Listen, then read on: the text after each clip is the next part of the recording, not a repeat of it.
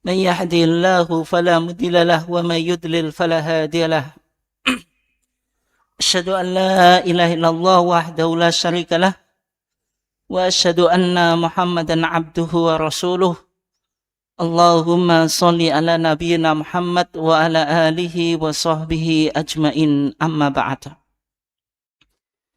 Jamaah kajian ketarjian Masjid At-Taqwa yang dimuliakan Allah. Alhamdulillah pada pagi yang cerah ini kita masih diizinkan oleh Allah Subhanahu wa taala untuk tetap bisa istiqomah dalam upaya kita tafaqquh fiddin, mendalami agama melalui kajian ketarjian. Salawat dan salam semoga senantiasa terlimpahkan kepada Nabi Muhammad sallallahu alaihi wasallam, keluarganya, sahabatnya, dan seluruh orang yang mengikuti sunnahnya sampai hari kiamat.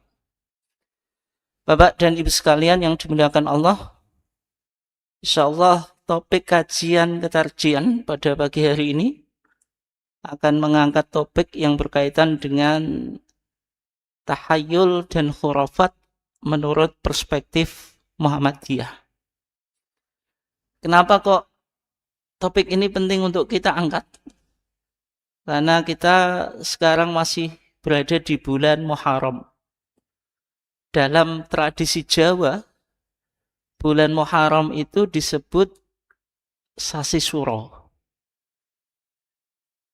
Bulan yang sebenarnya mulia gitu. Kalau kita lihat dalam hadis Nabi, ketika Nabi ditanya tentang puasa apa yang terbaik, Nabi menjawab, afdhalus siyami ba'da Ramadan syahrullahil muharramu.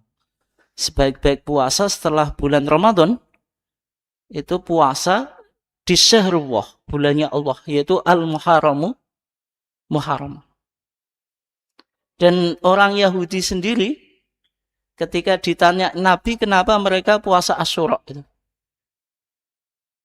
qalu hadza yaumun shalihun. Ya Rasulullah, ini hari yang baik. Kenapa? Najallahu fihi Musa wa bani Israila min aduwihim. Karena Allah menyelamatkan di hari Asyura itu Musa dan Bani Israel dari musuh mereka, yaitu Fir'aun dan bala tentaranya. Musa dan Fir'aun dan Bani Israel selamat dari kejaran Fir'aun, keluar dari tanah perbudakan yaitu Mesir menuju tanah perjanjian, itu di hari apa? Asyura. Oleh sebab itu bulan Muharram bulan yang mulia, terutama hari yang ke-10 yaitu Yaumu Asyura. Cumanya dalam tradisi Jawa itu malah dianggap bulan sial, sehingga Syura itu penuh dengan 1000 mitos. Nggak boleh menggelar pesta pernikahan, nggak boleh bikin rumah, nggak boleh bikin usaha, dan seterusnya. Oleh sebab itu penting pada kajian kali ini kita akan mencoba mengkaji bersama-sama tentang tahayul dan khurafat menurut perspektif Muhammadiyah. Bapak dan Ibu sekalian yang dimuliakan Allah,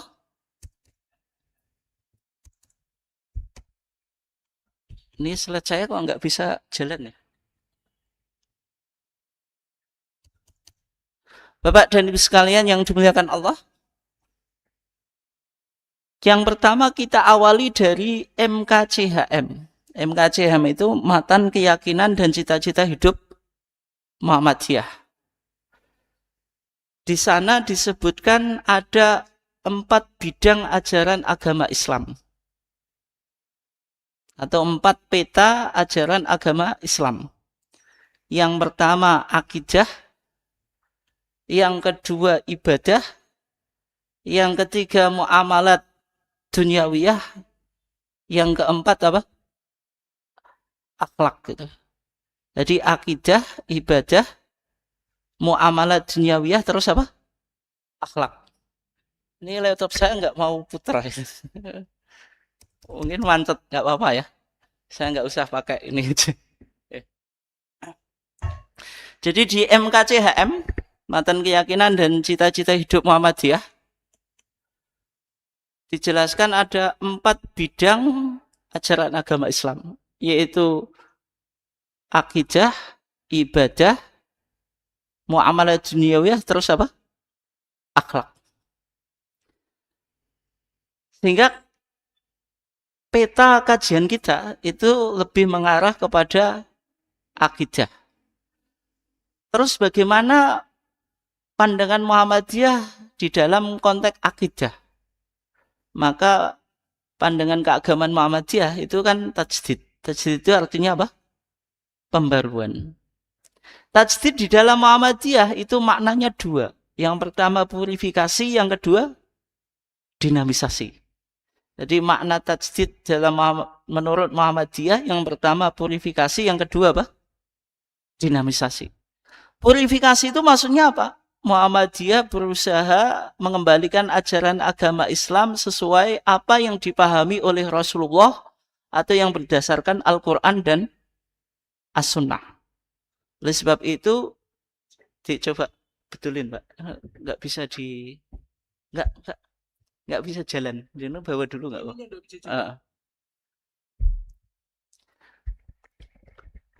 Jadi tajdid dalam arti purifikasi itu maksudnya apa? Mengembalikan ajaran agama Islam sesuai dengan sumber aslinya, yaitu Al-Quran dan As-Sunnah. Sehingga jargon aruju ilal Quran wa Sunnah, kembali pada Quran dan Sunnah, itu melekat di dalam cara beragama warga apa?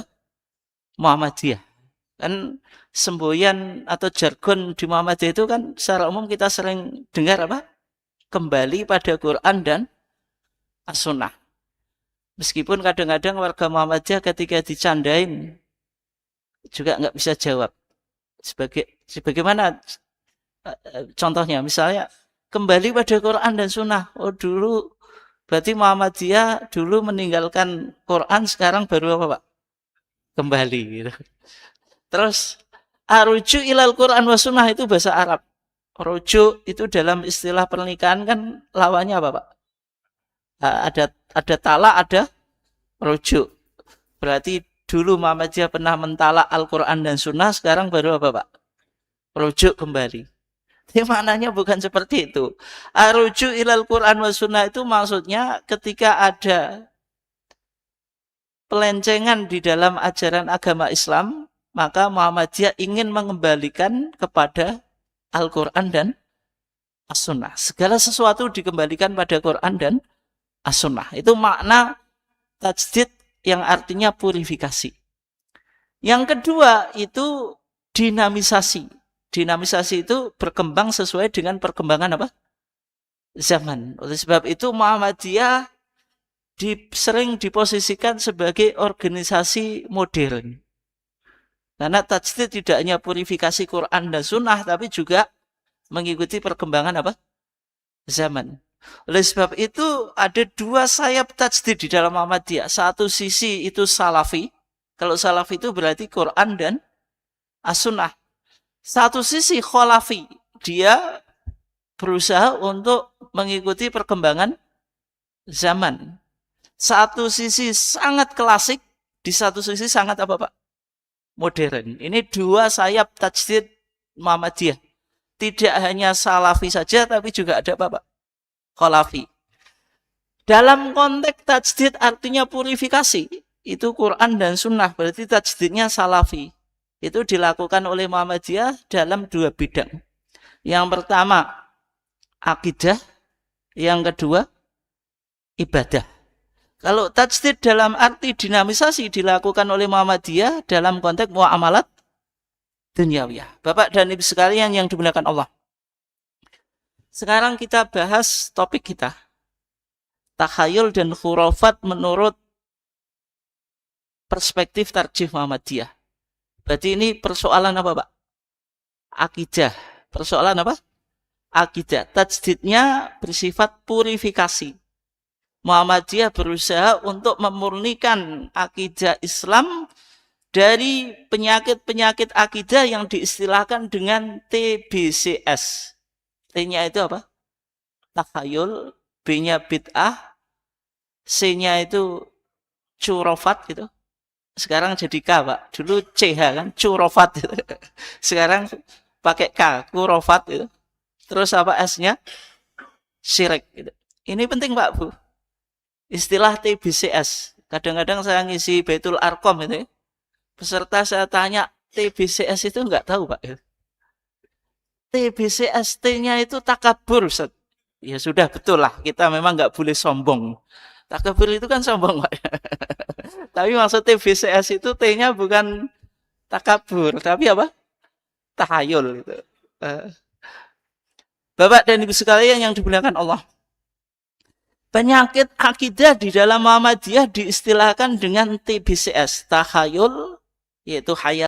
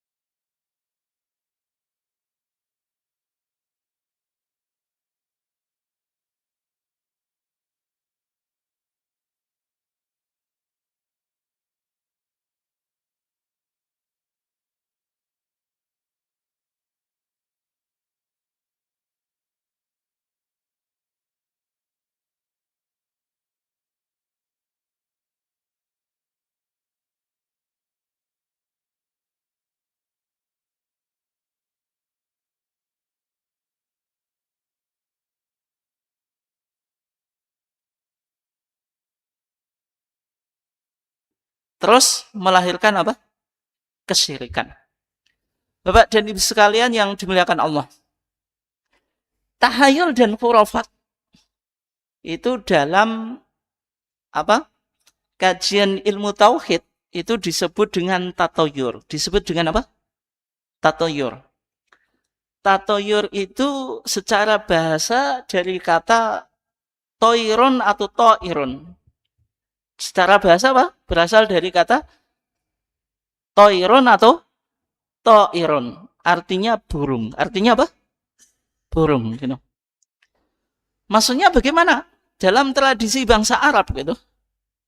Ketika mereka mau melakukan perjalanan, yang mereka lakukan itu zajrul toir, yaitu menerbangkan burung. Di khusus Jawa nggurak manuk itu. Ketika burungnya itu lari atau terbang ke kanan, itu berarti tafaul. Tafaul itu optimis atau hoki, Pak.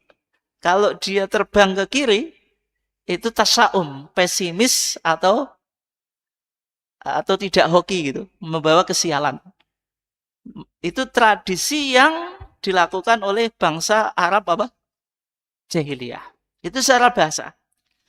Tapi secara istilah, tatoyur itu maknanya apa? Tasaum, merasa pesimis, merasa sial terhadap kejadian yang ia alami.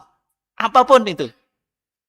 Bisa berkaitan dengan hari, tanggal, bulan, atau peristiwa-peristiwa tertentu.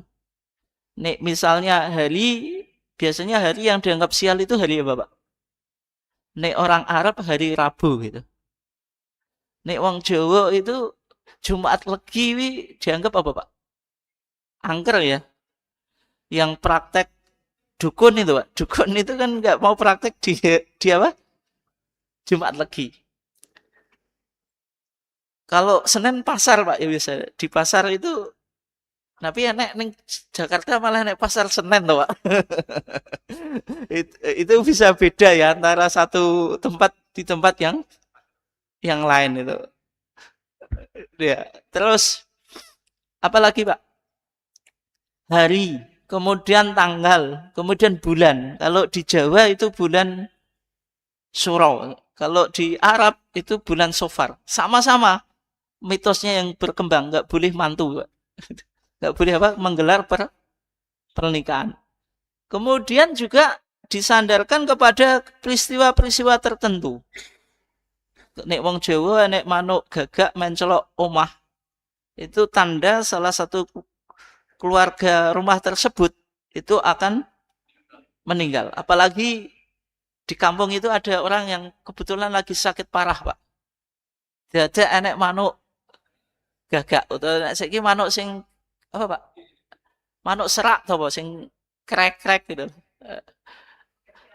Nah, itu diyakini bawa nyawa gitu. Ya benar, Pak, bawa nyawanya sendiri gitu.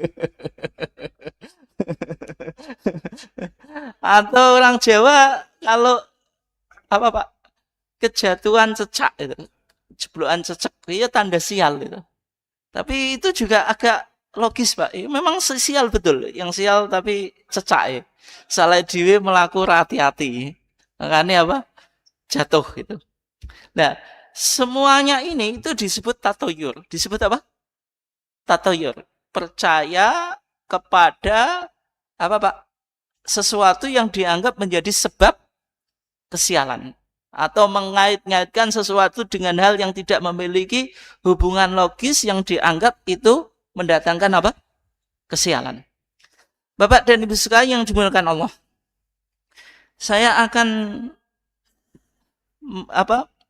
menukil sebuah kitab namanya Sulamul Wusul ila Ilmil Usul.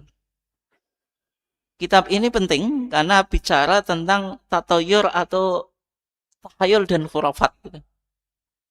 Yang ditulis oleh Syekh Hafid Al-Hakami. Beliau mengatakan, wasadisul imanu bil aqdari fa'aikinan biha wala tumari fa kullu syai'in biqada'in wa qadar wa kullu fi ummil kitabi mustatar la naw'a la adwa wala tayra wala amma qadallahu ta'ala khiwala la gula la hamata la wala safar kama bidha akhbaro sayyidul bashar. Ini nadhoman atau syairan yang cukup penting karena berkaitan dengan topik kita. Wasadisul imanu bil aqdar. Yang keenam itu iman kepada takdir Allah.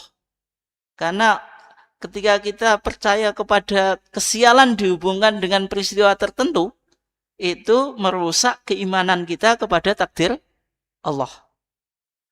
Beriman kepada takdir Allah atau qada dan qadar itu rukun iman yang nomor 6. Sebagaimana dalam hadis apa? Jibril. Kita wajib mengimani. Ketika malaikat Jibril datang kepada Nabi menanyakan 3 perkara itu. Mal Islam, apa itu Islam? Mal iman, apa itu iman? Terus mal ihsan. Dalam konteks iman, malaikat Jibril bertanya kepada Nabi, ya Muhammadu akhbirni anil iman. Wahai Muhammad, tolong kasih tahu saya apa yang disebut dengan iman. Respon dan jawabannya Nabi bagaimana? Al-imanu antu minabillahi wa malaikatihi wa kutubihi wa rusuli wal yaumil akhiri wa tu'mina bil qadari khairihi wa syarihi. Iman itu engkau percaya kepada Allah, malaikat-malaikat Allah, kitab-kitab Allah, rasul-rasul Allah, hari akhir, dan wa tu'mina bil qadari khairihi wa syarihi. Percaya kepada takdir Allah, baik yang positif maupun yang negatif. Baik jelek semuanya dari Allah. Karena ada hubungannya dengan tatoyur tadi, Pak. Kesialan itu dianggap karena dihubungkan dengan peristiwa-peristiwa yang nggak logis itu. Padahal baik dan buruk itu berasal dari Allah. Nah, kemudian apa, Pak Bu? Di hadis Jibril ini kan malaikat Jibril menjawab, "Sodakta, engkau benar ya Muhammad." Sahabat ya heran, Pak. Ini orang tanya kepada Rasulullah, setelah dijawab kok membenarkan. Kan ya mengherankan loh, Pak. Ini betul-betul tanya atau menguji kan gitu. Maka kata sahabat, fa'ajibna lahu yas'aluhu wa yusaddiquhu. Kita heran, orang ini tanya kepada Rasulullah kok apa, Pak? Membenarkan jawaban Rasulullah, seolah-olah kan nggak bertanya itu. Di hadis, di penutup hadis itu kan sehingga sahabat penasaran. Man hu ya Rasulullah? Siapa dia ya Rasulullah? Nabi menjawab, innahu Jibrilu atakum liyu'allimakum dinakum. Sesungguhnya itu Jibril yang datang kepadamu untuk mengajari perkara apa? Agama. Bapak dan Ibu sekalian yang dimuliakan Allah. Fa kullu syai'in biqada'in wa qadar. Segala sesuatu itu sudah ditetapkan dan ditakdirkan oleh Allah. Wal kullu fi ummil kitab mustator. Semuanya itu di umul kitab, yaitu Al-Lauh Al-Mahfuz itu sudah tertulis. Sehingga iman kepada qada dan qadar itu ada 4 tingkatan. Ada 4 apa? Marotib atau tingkatan. Yang pertama, itu iman kepada ilmu Allah. Iman kepada ilmu Allah, pengetahuan Allah. Allah itu mengetahui yang telah terjadi, yang sedang terjadi, dan yang akan terjadi, bahkan yang mustahil apa, Pak? Terjadi. Itu ilmu Allah ya. Yang telah terjadi pasti tahu, sedang terjadi tahu, akan terjadi tahu, yang mustahil terjadi pun apa? Tahu. Berarti intinya Allah mengetahui segala sesuatu. Itu yang pertama. Yang kedua, iman bahwasanya semuanya itu sudah ditulis oleh Allah. Di dalam hadis Nabi, pertama kali yang diciptakan oleh Allah itu kolam atau pena. Kemudian Allah berfirman kepada pena itu, ya qalamu uktub, wahai pena tulis. Ya Rabbi madza aktubu, wahai Tuhanku apa yang saya tulis?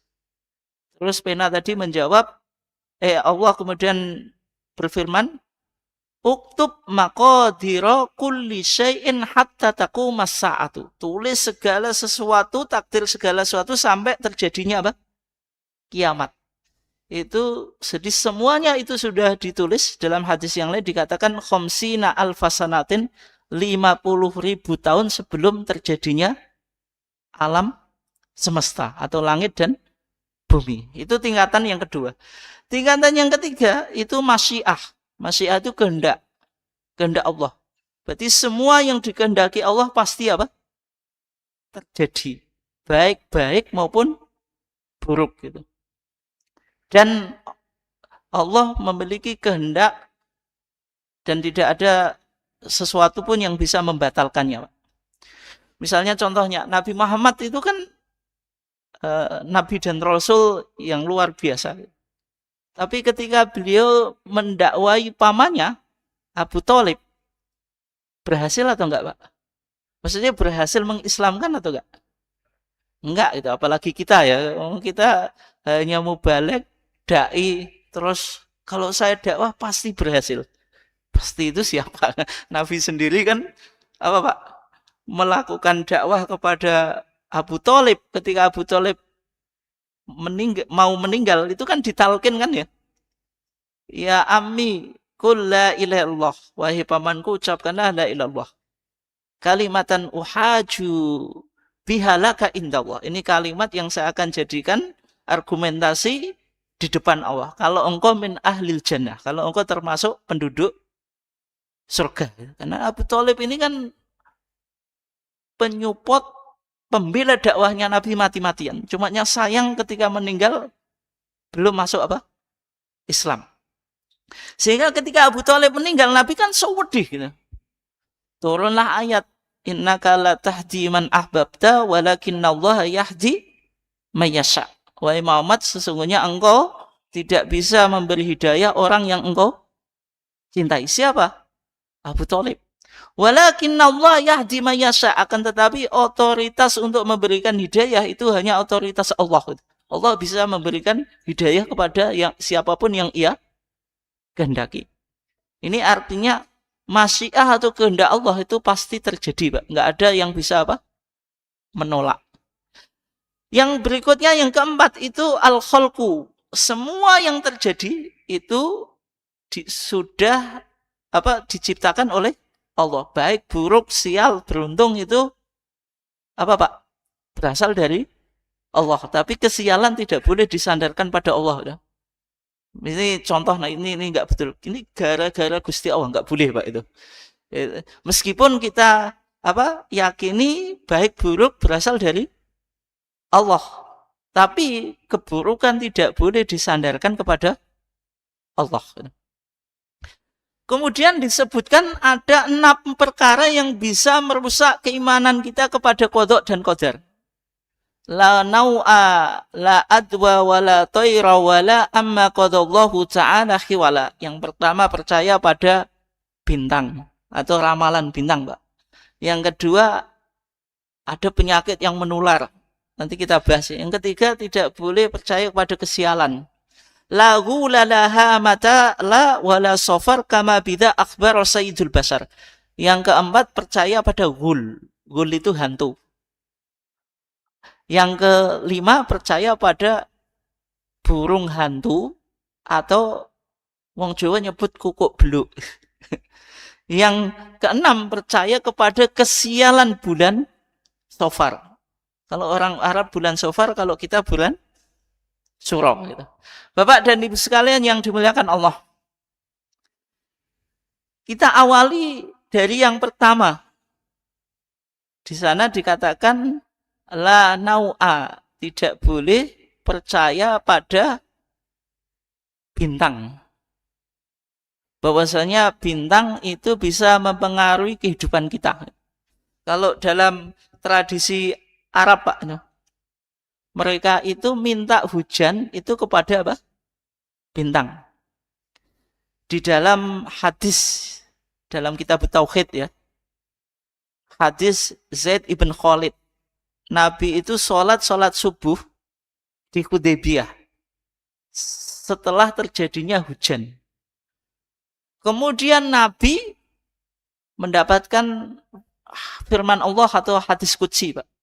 Allah berfirman, man asbaha min ibadi mu'minun bi wa kafirun. Setelah terjadinya hujan, itu hambaku ada yang beriman kepada Allah, ada yang kafir. Yang kafir dulu kita. Siapa yang kafir? Wa amma man qala mutilna bi nau'i kadza kadza fadzalika kafirun bi mu'minun bil kaukab. Kalau setelah terjadinya hujan, ada orang yang ngomong ini hujan karena bintang ini dan bintang itu. Maka kata Allah, fadzalika kafirun bi, orang itu kafir kepadaku, mu'minun bil kaukab, beriman kepada apa, Pak? Bintang. Ya kan? Contohnya nek orang Jawa itu ada bintang apa, Pak? Nek kemukus sih goro-goro. Nek lintang kemukus tanda apa, Pak? Goro-goro. Saya masih ingat ketika runtuhnya Soeharto. Saya masih kecil itu. Orang ngomong apa, Pak? Ada muncul lintang kemukus tanda apa, Pak? Pergantian penguasa atau pemimpin. Terus wong Jawa, ada lintang luku gitu. Lintang luku maksudnya apa, Pak? Tanda mau apa? Hujan. Hujan ki yo dhek mergo nek lintang luku. Lah kenapa semacam ini nggak boleh itu? Karena mengarah kepada kerusakan tauhid, Pak. Kayaknya hujan itu sebab munculnya lintang luku. Maka dalam hadis tadi dikatakan fadzalika kafirun bi mu'minun bil kaukab. Tapi kalau ada orang bilang mutilna bi fadlillahi wa rahmatihi fadzalika mu'minun bi kafirun bil kaukab. Tapi kalau ada orang, oh ini hujan karena karunia Allah dan rahmat Allah. Maka mukminun bi, orang tadi kata Allah beriman kepadaku, wa kafirun bil kaukab, kafir kepada bintang. Tapi kan bisa jadi lintang luku itu pertanda, Pak. Ya kayak jenengan perkiraan cuaca itu. Kalau BMG perkiraan cuaca itu boleh atau enggak, Pak? Sirik katanya. Itu saintifik atau kalau di Muhammadiyah itu burhani. Saintifik itu logis. Tapi kalau percaya pada bintang tadi apa, Pak? Tidak logis kan itu. Kalau pertanda saja tapi tanpa diyakini, itu bisa jadi enggak apa-apa, Pak. Tapi kenapa Nabi mengekat? Nanti karena banyak orang awam akan menyimpulkan hujan ini karena bintang itu. Tapi kalau BMG apa Pak, perkiraan cuaca ini enek wong sing beriman, Pak. Saya beriman kan enggak enak. Itu kan perkiraan, bisa betul, bisa tidak. Tapi kalau jenengan memastikan itu ya enggak boleh gitu. Ini pasti betul ya, itu namanya apa Pak? Namanya ilmu pengetahuan, bisa akurat, bisa tidak. Kalau itu burhani, kalau itu apa? Burhani. Nah, kenapa Nabi nggak membolehkan menyandarkan terjadinya hujan kepada bintang? Karena kan nanti mengarah kepada apa, Pak? Kesyirikan kalau yang menyebabkan hujan itu apa? Bintang. Tapi yang jelas bintang dalam apa? Al-Qur'an itu kan ada 3 fungsi, Pak ya. Atau 3 manfaat. Yang pertama, walaqad zayyana sama'a dunya bil masabih. Sebagai hiasan apa? Langit. Berarti hiasan langit itu apa? Bintang. Sehingga apa, Pak? Langit itu indah ya karena ada bintangnya. Kalau wajah hiasannya apa, Pak? Kukul, Pak. Wajah tanpa jerawat bagaikan langit tak berbintang. Maka berbahagialah jenengan yang jerawatnya apa? Banyak. Nah, ibu-ibu jerawatan gak usah diobati, Ibu. Kenapa? Semakin banyak hiasannya gitu. Oke. Yang kedua, waruju malisayatin, untuk melempar setan. Karena setan itu kan naik ke langit mencuri berita langit, Pak. Sama malaikat itu diusir. Dengan apa? Dilempar bintang itu. Yang ketiga, sebagai tanda penunjuk perjalanan, sebagaimana yang dilakukan oleh orang Arab ketika mereka melakukan perdagangan, Pak. Perjalanan malam itu kan disinari dengan apa? Bintang. Itu yang dijelaskan di dalam Al-Quran. Sehingga kalau perkiraan cuaca itu ya hanya memperkirakan saja, itu ya boleh-boleh saja, itu kan saintifik. Tapi an-nau ini dalam konteks sekarang itu berkembang, Pak. Misalnya kalau di generasi muda itu ada zodiak, ramalan zodiak, Pak. Jenengan bintangnya apa, Pak?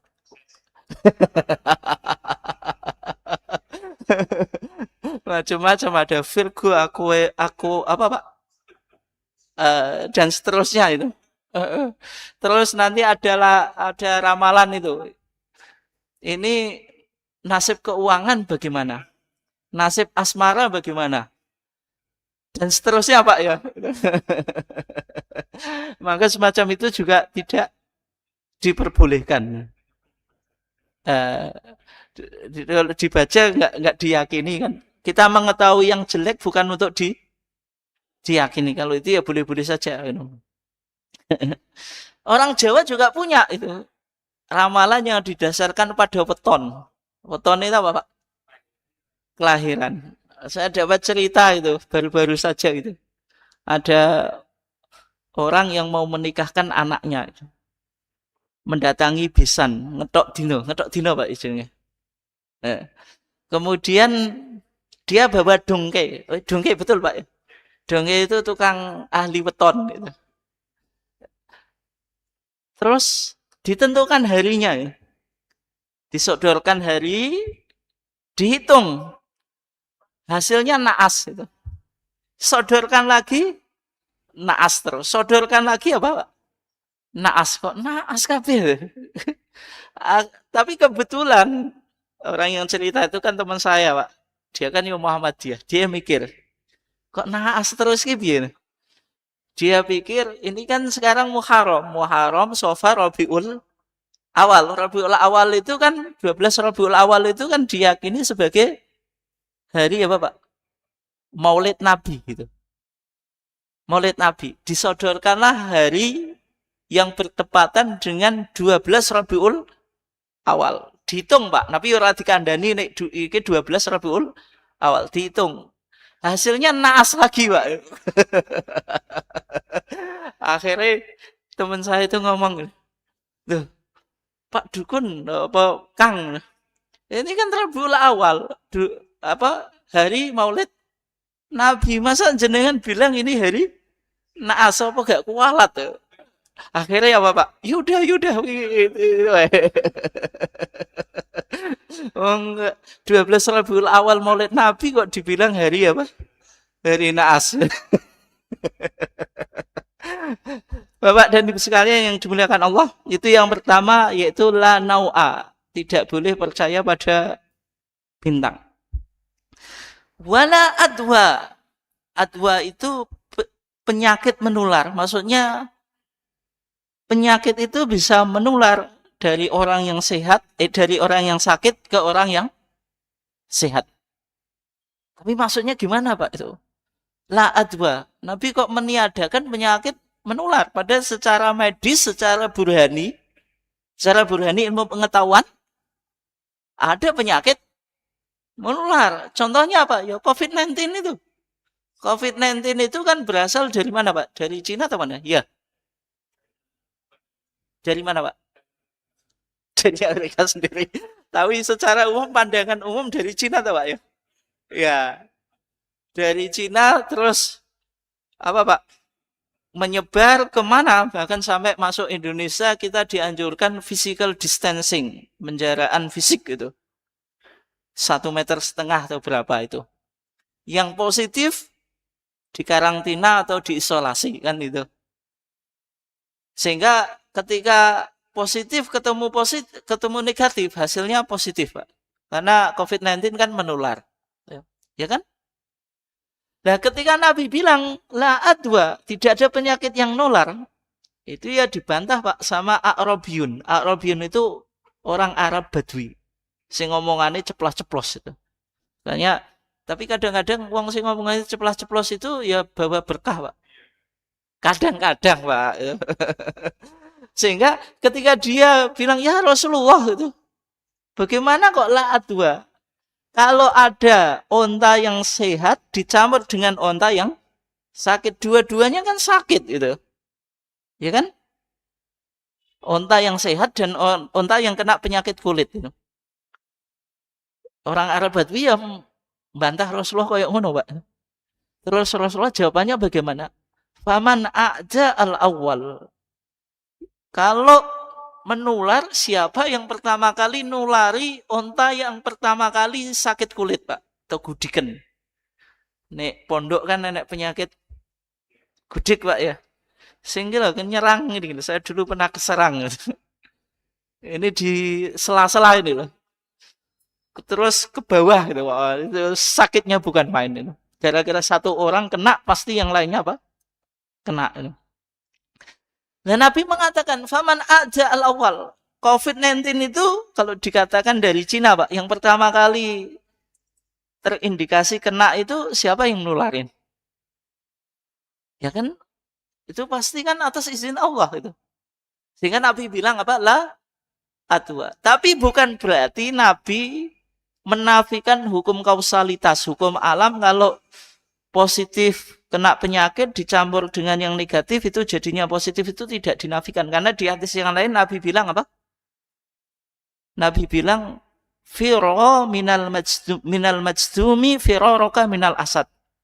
Larilah kamu dari orang yang berpenyakit menular sebagaimana engkau lari dari apa? Dari singa. Dan di dalam hadis Nabi yang lain Nabi bersabda, la yuridu mumridun ala musihin. Orang yang sakit itu nggak boleh dicampur dengan orang yang sehat. Jadi maksud la adwa itu menafikan kalau penyakit menular itu kayaknya hukum alami ya. Tapi apa Pak? Lupa bahwasanya semuanya itu atas kehendak apa? Kehendak Allah. Itu yang dinafikan oleh Nabi. Terus yang ketiga, la nau'a la adwa wala toiro. Tidak boleh percaya pada toir atau tatoyur. Pada apa? Tatoyur. Ternyata tatoyur, khayalan kesialan, itu punya sejarah yang cukup tua, Pak. Misalnya ketika Nabi Musa berhadapan dengan Fir'aun. Fir'aun itu kan dicoba oleh Allah dengan berbagai macam cobaan. Ada cobaan belalang, ada kodok. Semua istana Fir'aun itu kan dipenuhi belalang dan kodok. Terus kekeringan. Setiap terjadi musibah, Fir'aun dan penduduk Mesir itu kan mengeluh, Pak. Iki goro-goro Musa. Iki goro-goro apa? Musa. Akhirnya Musa kan disalahin terus, Pak. Setiap terjadi bencana, musibah, Musa yang disalahin. Kadang-kadang di orang awam kan sering, Pak, kayak gitu-gitu. Sehingga Allah berfirman, ala innama ta'iruhum indallah. Sesungguhnya kesialan mereka itu ya dari Allah itu. Dari siapa? Allah, bukan darimu. Musa, walakinna aktsaruhum la ya'lamun. Tapi kebanyakan mereka enggak tahu yang disalahkan siapa? Musa. Padahal Musa itu kan manusia, enggak bisa mendatangkan apa, Pak? Kesialan. Yang mendatangkan kesialan bencana itu ya Allah. Kemudian di zaman Nabi itu juga masih umum percaya pada kesialan, sehingga Nabi mengatakan wala tiarota, enggak ada kesialan. Yang disukai Nabi wa yu'jibuni al-fa'al. Kata Nabi, saya itu suka al-fa'al. Wa mal fa'lu ya Rasulullah, apa itu fa'al? Qala al-kalimah at-thayyibah. Ucapan yang baik. Sehingga Nabi itu suka tafa'ul, optimis, dan anti apa, Pak? Tasa'um, yaitu pesimis. Makanya kadang-kadang para motivator itu juga mengajarkan ajarannya Nabi, Pak. Kadang-kadang tanpa dicampuri ngibul, Pak. Kadang-kadang motivator kan agak semprole, Pak. Kadang-kadang ini mengajarkan orang berpikir positif macam-macam, Pak. Apa golden way. Nek Mario Teguh apa, Pak? Golden way ya, apa itu? Ya. Kadang-kadang kan memang habis kita apa, Pak, mendengar itu kan senang gitu, termotivasi, hidup semakin apa? Semangat. Tapi nek kadang-kadang terlalu berlebihan juga apa, Pak? Oh, semangatnya pas delok tok mari ngono ya sedih nah. Nabi itu suka al-kalimah at-thayyibah. Kalimat thayyibah, ucapan yang baik, dan melarang tiaroh, yaitu apa? Khayalan kesialan. Tapi sekarang bagaimana hukum percaya kepada kesialan? Dalam hadis Abdullah ibn Mas'ud, Nabi bersabda, at-tiyaratu syirkun, at-tiyaratu apa? Syirkun. Tiaroh, khayalan kesialan itu syirik. Khayalan kesialan itu apa, Pak? Syirik. Maksudnya gimana? Nabi menjelaskan yang disebut tiaroh itu apa? Innama tiyaratu ma'amdoka awrodaka. Tiaroh itu keyakinan yang bisa engkau tetap melakukan sesuatu atau apa, Pak? Engkau mengcancel atau membatalkan sesuatu. Misalnya mau bepergian, nggak dipikir, baru ingat, oh ini ternyata dino geblake baik. Akhirnya tetap berangkat tapi was-was gitu. Atau di-cancel, wis geblake baik wis gak sido wae. Kok timbang terjadi musibah apa-apa di jalan. Itu disebut apa? Tiaroh, jenengan tetap berangkat tapi was-was itu, atau di cancel. Nah, bagaimana kita menghindari tiaroh, atau bagaimana tips untuk supaya tiaroh itu tidak muncul, mengobati tiaroh itu bagaimana? Dalam hadis Abdullah ibn Mas'ud, ketika Nabi bilang tiarah itu syirik, maka Ibnu Mas'ud bilang, wa ma minna illa ya Rasulullah. Di antara kita ya pasti pernah mengalami apa? Was-was perasaan inisial. Ya kan Pak? Ya? Apalagi kan kita hidup sebagai makhluk sosial itu. Bisa dipengaruhi teman, keluarga, dan seterusnya itu. Kadang-kadang kan sial. Yang pertama, walakinnallaha yudhibuhu bitawakul. Harus tawakal secara totalitas, sial atau tidak itu urusan Allah. Tapi kalau kita kadang-kadang was-was itu, sehingga kita terpengaruh gitu. Kata Nabi kan fakot asroka. Itu kesyirikan, tapi syirik kecil atau syirik besar, Pak? Syirik kecil atau syirik besar? Syirik asghar gitu. Artinya tidak mengeluarkan dari agama, dosanya diampuni, tapi ya tetap berdosa, Pak. Lebih baik apa? Dihindari itu. Kecuali kalau memang menafikan Allah gitu, kekuatan Allah. Nikah di bulan Safar itu ya apes, mergo krono bulane. Bukan karena datang apes atau tidak, itu dari Allah. Kalau itu syirik apa? Syirik akbar. Tapi kalau hanya dianggap sial, itu syirik apa? Asghar. Fama kafaratu dzalik. Bagaimana cara menebusnya itu? Maka Nabi mengajarkan doa, ini doanya penting, Pak. Allahumma la khaira illa khairuk. Wa la tayra illa tayruk. Wa la ilaha ghairuk. Itu. Allahumma la khaira illa khairuka. Ya Allah, enggak ada kebaikan kecuali kebaikan Engkau. Wa la tayra illa tayruk. Enggak ada kesialan kecuali kesialan yang datang dari Engkau. Wa la ilaha ghairuk. Enggak ada Tuhan selain Engkau. Ini doa yang kita dianjurkan untuk kita baca ketika kita mengalami was-was perasaan apa? Sial. Doa yang kedua, Nabi bersabda dalam hadis Uqbah ibn Amir. Nabi mengajarkan doa yang diawali ketika itu Nabi bersabda, fa idza ra'a ahadukum ma yakrah. Kalau seorang di antara kamu melihat sesuatu yang ia enggak sukai. Lagi mau bepergian, mobilnya nabrak kucing, Pak. Ini umum dipahami tuh. Ya, kucingnya diambil nanti dikubur. Dikafani, dibuntel pakai mori atau pakai baju yang dipakai jaket apalah, Pak. Kalau nggak dilakukan ritual kayak seperti itu bisa apa? Sial itu. Maka ketika kita mengalami seperti itu, maka Nabi mengajarkan doa. Bagaimana doanya? Allahumma la ya'ti bil hasanati illa anta. Ya Allah, enggak bisa mendatangkan kebaikan kecuali Engkau.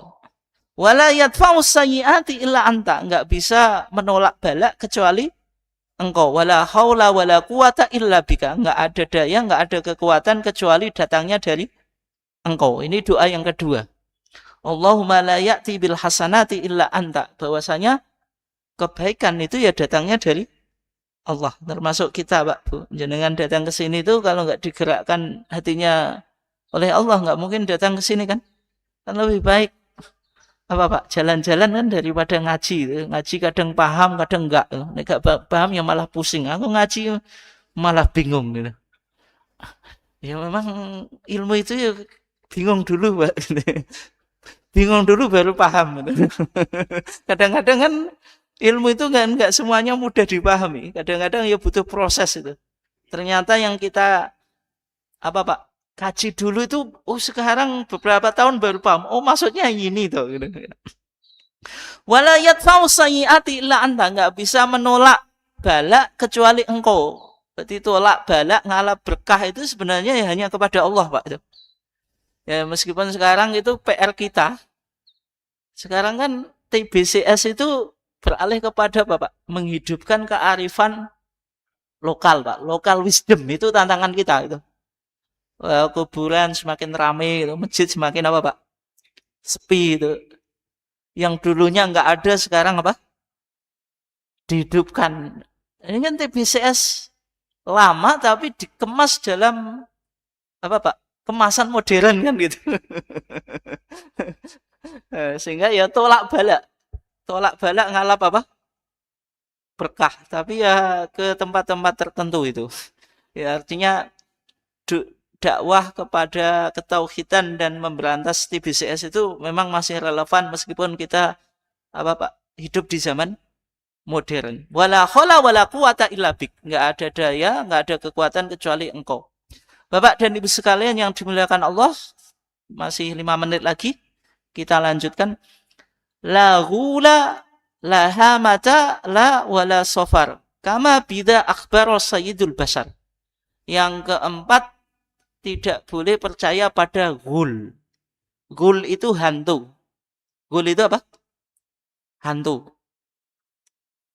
Adanya hantu, makhluk halus, nek wong Jawa nyebut apa, Pak? Wedenan. Genderuwo.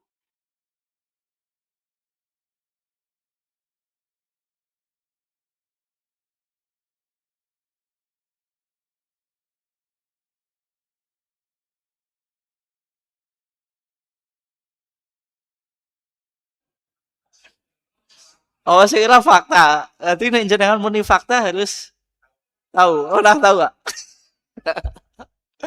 Hantu itu bisa betul fakta, bisa hanya mitos.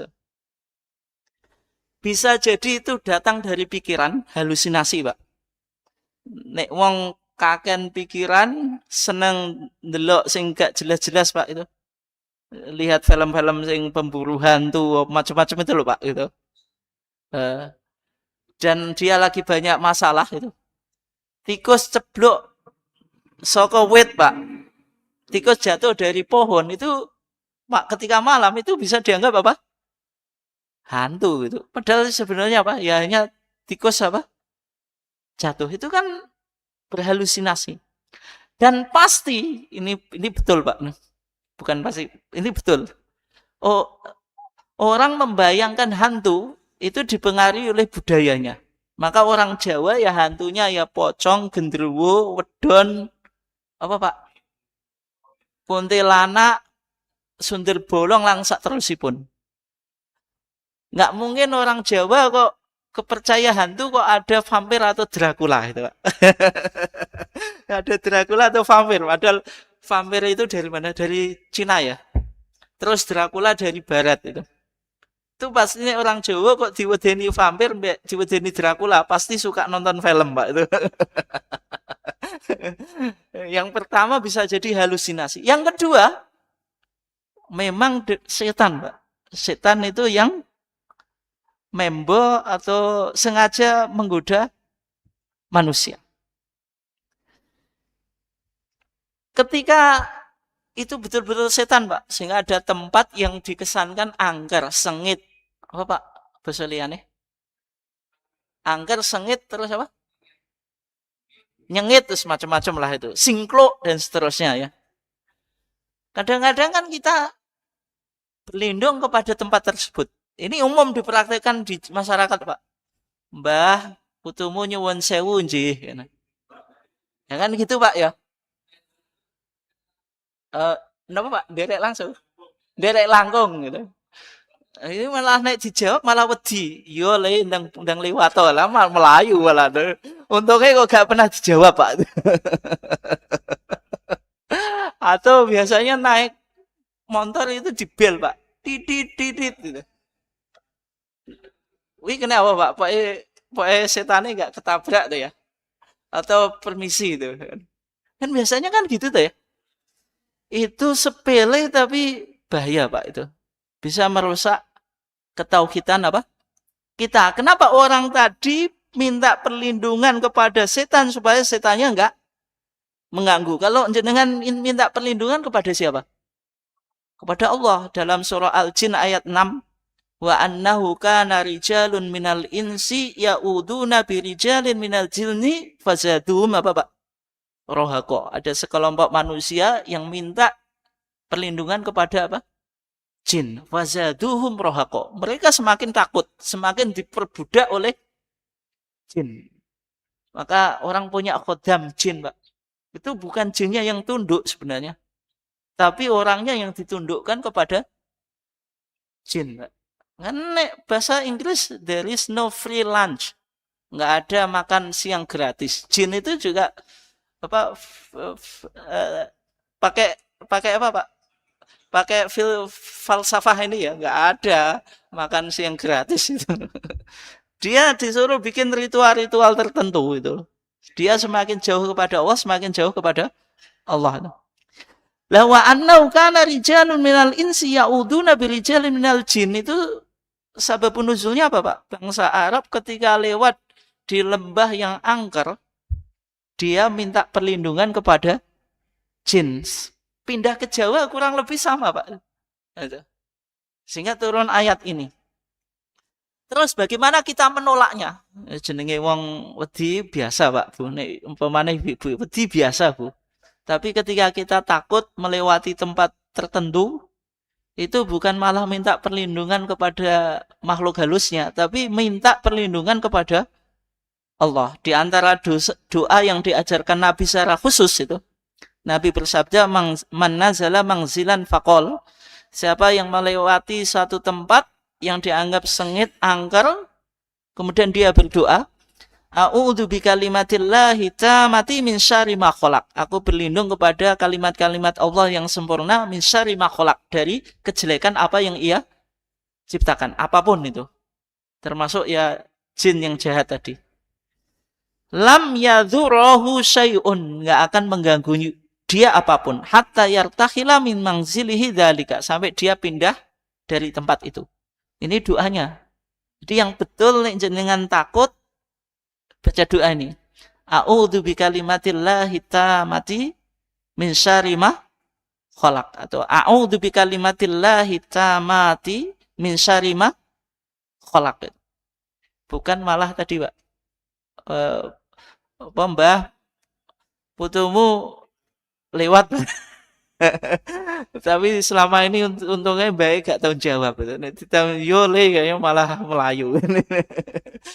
Terus yang terakhir ini, wala laha matala, nggak boleh percaya pada burung hantu. Nek wong Jawa apa Pak? Burung apa? Burung hantu apa? Kukuk beluk. Tapi di budaya Jawa pindah ke burung gagak Pak. Nek saiki gagak gak enek, burung serak ya. Ya itu. Itu diyakini kalau hinggap di atap seseorang itu ada apa keluarganya yang akan meninggal. Itu juga tidak boleh. Wala sofaro, nggak boleh juga percaya kesialan yang dihubungkan dengan bulan, yaitu bulan apa?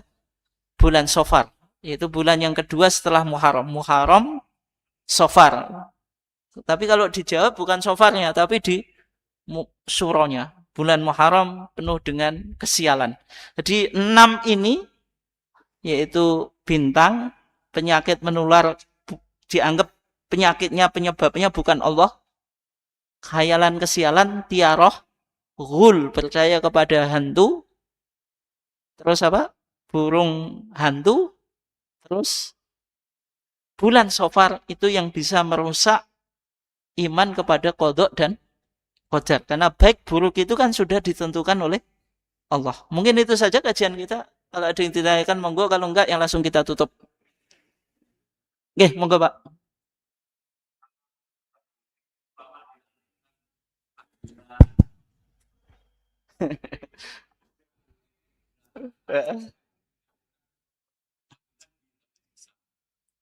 Ya. Ya memang dakwah itu kan butuh strategi kan. Ud'u ila sabili rabbika bil hikmati wal mau'izatil hasanati wajadilhum billati hiya ahsan. Memang kan butuh strategi. Memang di antara strategi yang dilakukan oleh kiai dulu gitu, Pak. Jadi sedekah bumi nyadran dari punden yang ada pohon besar, ada sumur, itu dari acara apa Pak? Sesajen dibikin ya tetap makanan tapi diisi tahlilan, dipindah ke balai desa atau tempat-tempat tertentu. Akhirnya masyarakat juga menerima. Tapi ini kan upaya dakwah saja, Pak. Tapi kadang-kadang sudah berhasil tetap diteruskan itu kan. Ini kan hanya upaya untuk pengalian saja kan. Ketika sudah dialihkan, mereka semakin tercerahkan, ya berarti kan selesai. Gitu. Tapi kadang-kadang dakwah ini malah menjadi politik identitas gitu. Tetap dijaga menjadi apa Pak? Politik identitas itu nek Muhammadiyah kan enggak Pak. Itu kan hanya metode apa? Dakwah gitu. Hanya metode dakwah. Ya memang dalam mendekati dakwah kan seperti itu Pak. Ada cerita apakah ini betul atau enggak Pak itu. Salah satu mahasiswa lulusan enggak usah saya sebut lah gitu. Pokoknya Saudi sana Pak. Memang bagus itu. Kitab Tauhid kayak ini. Terus apa? Sulamul Wusul. Bagus, sisinya bagus. Memang mendekati pemahaman tauhid yang dipahami oleh Muhammadiyah, yaitu memberantas apa? Kesyirikan. Dia pulang masyarakatnya itu masih memberikan sesajen kepada pohon-pohon, Pak. Entah betul atau enggak, Pak, tapi ceritanya kayak gitu loh. Semua pohon yang dikeramatkan ditebangi semuanya, Pak. Akhirnya yang terjadi apa? Enggak banjir, Pak. Entah betul atau enggak guyonane. Kenapa? Karena pohon itu kan bisa menjaga tanah, air supaya tidak terjadi apa, Pak? Kebanjiran. Karena dia saking semangatnya semua pohon apa ditebangin semuanya. Itu memang dakwahnya betul, tapi kadang-kadang dia terlalu semangat apa, Pak? Belum mempertimbangkan kalau dakwah itu kan butuh metode strategi berproses gitu. Nah, ini. Sehingga tadi akibatnya yang malah apa tadi? Terjadi kebanjiran. Mungkin itu saja deh. Monggo Pak. Nggih, monggo. Tiga, cepet ya. Ah.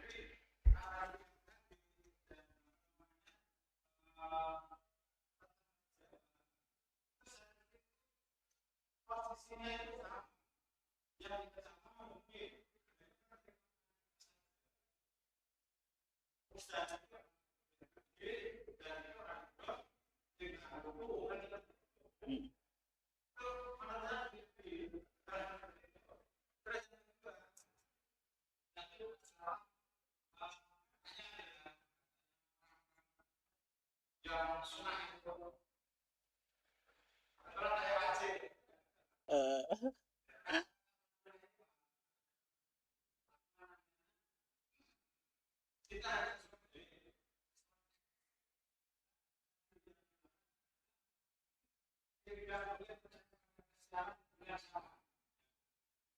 bulan Sofar.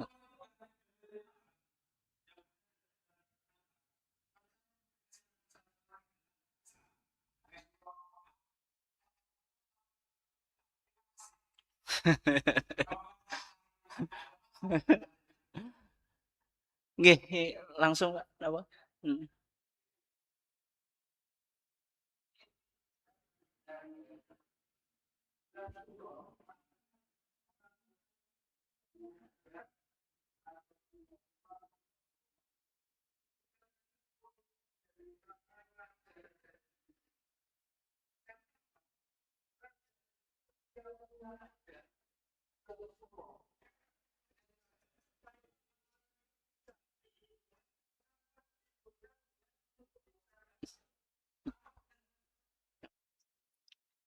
Monggo Pak. Napa? Eh. Eh, saya pernah menyangkal teman terkait dengan bulan Suro. Bicaranya begini, kenapa kalau di bulan Suro itu orang enggan melakukan aktivitas termasuk punya gawe? Itu karena menghormati cucu Nabi yang bernama Husain yang terjadi di Karbala itu. Yaitu semata-mata hanya menghormati bulan itu sehingga mereka mencegah untuk melaksanakan aktivitas. Nah, kalau niatnya kayak seperti itu termasuk takhayul atau khurafat pencerahannya. Oke, saya jawab ya. Yang pertama, BMG ramalan cuaca burhani, saintifik. Sehingga nggak apa-apa. Percaya pada nau atau bintang itu nggak boleh. Kalau Jawa lintang luku, tanda hujan gitu. Kalau saintifik itu hitung-hitungan. Saintifik kan hitung-hitungan kan. Nah, terus mengamati tanda alam. Nggak kelihatan kalau saintifik itu. Sehingga orang kan nggak mungkin menyembah ilmu pengetahuan, Pak. Meskipun kadang-kadang memastikan itu yang tidak boleh gitu. Kalau BMG ramalan cuaca pasti hujan. Wong sekarang kita Muhammadiyah pakai hisab Pak ya. Itu pun juga KHGT kan kita tidak berani memastikan, tapi itu yang kita anggap bisa mendekati kebenaran. Tapi kan nggak pernah memastikan Pak. Ini pasti betul kan ya enggak loh. Gitu. Itu burhani gitu. Burhani itu kan rasional, terus secara umum perhitungan saintifik yang tidak ada visualisasi benda tertentu, Pak. Tapi beda dengan bintang tadi. Ada lintang luku. Orang awam pasti mergo lintang luku turun hujan. Tapi nek ramalan cuaca kan gak kena, Pak. Mergo ramalan cuaca turun ya. Kecuali kalau dipastikan ini pasti turun hujan itu ya nggak boleh. Nah bedanya itu ya. Ya kalau lintang luku sebagai pertanda saja, tapi kita tetap nisbahkan kepada Allah. Kalau itu boleh. Hanya sebagai tanda saja, tapi tidak disandarkan semata-mata sebagai lintang luku. Sebenarnya potensi boleh, tapi kenapa Nabi mengekat, Pak? Itu menggunakan sadu dari'ah. Sadu dari'ah itu apa? Sesuatu yang sebenarnya hukum asalnya boleh, diharamkan. Konsekuensinya apa? Kesyirikan. Nek dibuka luas kan wong awam, ya ki lintang luku mau loh, hujan nih. Akhirnya apa, Pak? Mutirna bikada wa kada. Kita hujan sebab bintang ini lupa kalau mutirna bifadlillah wa rahmati. Kita mendapatkan hujan itu karena karunia Allah dan rahmat Allah kan. Itu kenapa kok dikat sama Nabi itu. Ya meskipun kita paham itu pertanda saja, tidak diyakini apa-apa Pak itu. Tanda alam saja. Ya itu boleh-boleh saja, tapi kan menyandarkan kejadian itu, hujan itu ya dari Allah itu. Itu yang pertama. Yang kedua, kan hadisnya lah sofar. Yang sial itu bulan sofar, bulan Muharram nggak ada. Jadi kita pemahamannya tekstual. Hadis itu nggak bisa Pak dipahami tekstual. Ketika Nabi Pak melarang orang itu kencing Pak menghadap ke kiblat. Nabi bilang apa? Walakin syariku awaribu. Kalau engkau kencing biar nggak menghadap kiblat, karena kan Nabi posisinya di Madinah gitu. Nggak boleh menghadap gitu ke selatan. Tapi Nabi bilang Pak, walakin syariku au gharibu, menghadaplah ke timur atau ke selatan. Kok ke selatan, ke barat, mohon maaf itu. Lah jenengan orang Indonesia baca hadis kayak gitu, jenengan pahami literal, Pak. Justru menghadap barat itu menghadap kiblat, menghadap timur itu membelakangi kiblat. Sehingga cara memahami nas tidak literal tadi gitu. Hadisnya la sofar, tapi la sofar berarti bulan sofar aja yang nggak boleh diyakini sial. Bulan yang lain boleh, bukan seperti itu. Terus kalau la itu la nakirah, Pak. Nanti isim belakangnya itu nakirah. La nafiyah lil jinsi ya, itu pasti memberikan makna umum. Yufidul umum. Jadi tidak hanya bulan Sofar. Kebetulan konteks hadisnya itu bulan Sofar. Itu cara memahaminya itu. Yang berikutnya, ya memang Pak, dulu kan di kerajaan Mataram Islam kan, sekarang pecah menjadi dua itu kan, Jogja sama Solo itu kan. Oke. Ya memang Sultan dulu melarang menggelar pernikahan itu karena Sultan kan ini kerajaan Islam Pak, meyakini Muharram itu yang mulia gitu. Tapi karena dulu kan ditandai kalau rakyatnya hadir kan semakin meriah Pak. Sehingga rakyat nggak boleh menggelar acara di bulan Syuro. Kemudian ditambahi mitos Nyi Roro Kidul mantu Pak. Malah bahaya nisan. Nanti ini mantu ini kan tiap sasi Syuro berarti anaknya piro kan itu. Itu ya. Yang berikutnya ya. Ya memang tradisi Syiah kalau Asyura itu kan hari berkabung, mengenang kematian Sayyidina Husain di Karbala sana Pak. Dibunuh di masa Yazid ibn Muawiyah. Cara mengenang kematiannya apa? Menyiksa dirinya. Sampai ini digoresi pakai pedang Pak itu. Semakin banyak keluar darah semakin afdol itu. Pakai itu kayak pecut itu. Itu tiap apa Pak? Asyura. Kalau Syiah yang ada di Indonesia itu cukup pakai ini Pak, nepui dada. Nek wong Indonesia terlalu ekstrim kata ya rapat awani Pak. Sehingga hari Asyura itu dalam pandangan Syiah itu makruh puasa Asyura Pak. Kenapa? Likot li Husain, karena hari itu Husain terbunuh sehingga tidak disunahkan puasa apa? Asyura. Tapi pendapat ini Pak, pendapat yang tentu tidak betul ya, menurut sabda Nabi kan yukaffiru as-sanah apa? Al-baqiyah. Puasa di hari Asyura itu menghapus dosa yang tahun yang lalu. Dan setelah Nabi ya al-yauma akmaltu lakum dinakum. Jadi tidak mungkin ada penasahan syariat. Karena Husain kan terbunuh kapan Pak? Di masa Yazid ibn Muawiyah. Kan Khulafa Rasyidin Abu Bakar, Umar, Utsman, Ali, Muawiyah, anaknya Yazid ibn Muawiyah. Kan nggak mungkin ada syariat baru yang datang setelah Nabi menghapus kesunahan puasa Asyura. Sehingga kita apa Pak? Sehingga kalau di kalangan sunnah ya nggak ada pendapat yang mengatakan makruh puasa Asyura. Kenapa? Sebab kematiannya apa? Husain.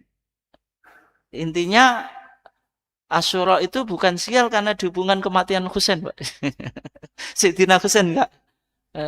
Ya kita ya kembali ke hadis Nabi apa? Bulan Muharram itu syahrullah dan bulan-bulan yang terbaik untuk apa? Digunakan untuk puasa. Afdhalus siyami ba'da Ramadan syahrul Muharram. Itu saja, kurang lebihnya mohon maaf. Wassalamualaikum warahmatullahi wabarakatuh.